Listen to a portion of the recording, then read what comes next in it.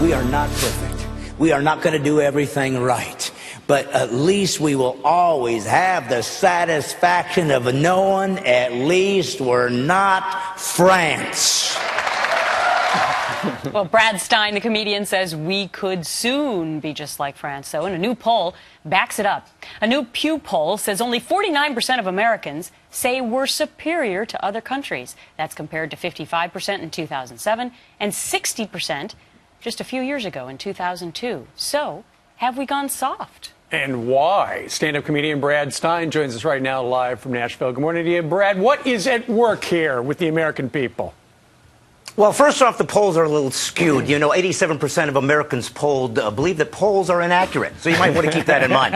But the biggest thing, my new American pilgrims, is this. I don't have to sit here and prove that the United States of America is the greatest nation on earth. You know why? Because the other nations did it for us. You know how you know if a nation's great or not? Do people want in or do they want out? And you know what? I'm not hearing about people jamming themselves into boxcars trying to sneak into North Korea. Anybody hearing about that? No. The poor oppressed women of the world trying to make it into the Middle East so they can find freedom. No, they stay here to complain because this is the greatest nation on earth. It's only the young Americans that are now believing we're not as great as we all older guys know we are. Hey, Brad, the problem is we were born into the first place team. We have no idea what it's like to be on a loser.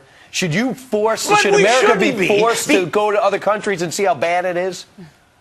Well, I think so. You see, this is the point about American exceptionalism. We actually believe that God gave us this opportunity to do something amazing, and we've done it, okay? Everything we used to invent, everybody else wanted it. We invented baseball, the world plays baseball now. We invented football, the world plays football. We invented basketball, the world plays basketball now. They invented soccer, we're like, no. You see, we don't care. We don't want their stuff. We believe in ourselves. Listen, every year, more immigrants come to the United States of America than any other nation on earth. Now, why would people leave their own nations to come to ours? Why? Because ours is better than theirs. I know this truth is difficult for the politically correct to grasp, but the truth can set you free. So why is it that our younger generation is feeling the way that they do? Not like we feel, the three of us on the couch and you.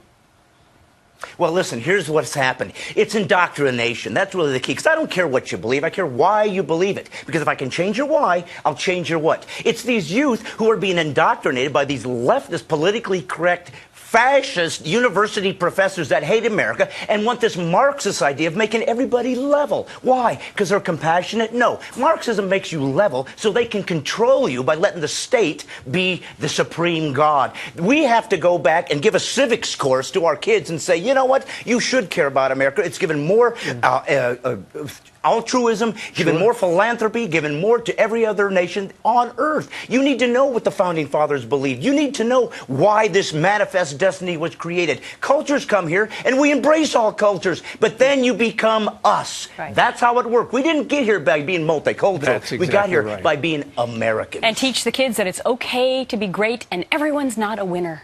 Everyone doesn't get a trophy. Oh, for crying out loud. I saw a Barney show. They all raced. And at the end, they said, who won? And Barney's like, we're all winners. Yep. I'd like to see a non-wussified kid say, really?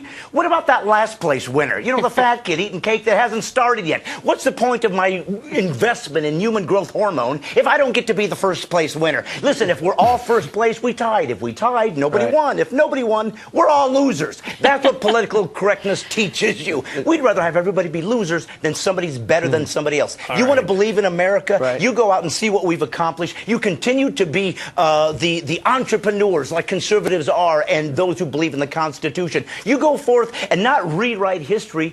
You make history. That's what Americans used to do. Forget this politically correctness. When it happens, know that it's anti-First Amendment. Know it's anti-America and shove it back to hell. That's where it came from. Hey, we got to stand up for the greatest nation the world has ever known. That's exactly right. All right, Brad Stein, who does not need another cup of coffee this morning, thank you very much for joining us from Nashville. Absolutely right. Oh, everything you said. And listen, have a great Thanksgiving, and thank God that's what the original people did. All right. Not the Indians. We were Happy grateful. Thanksgiving to you as well. Right.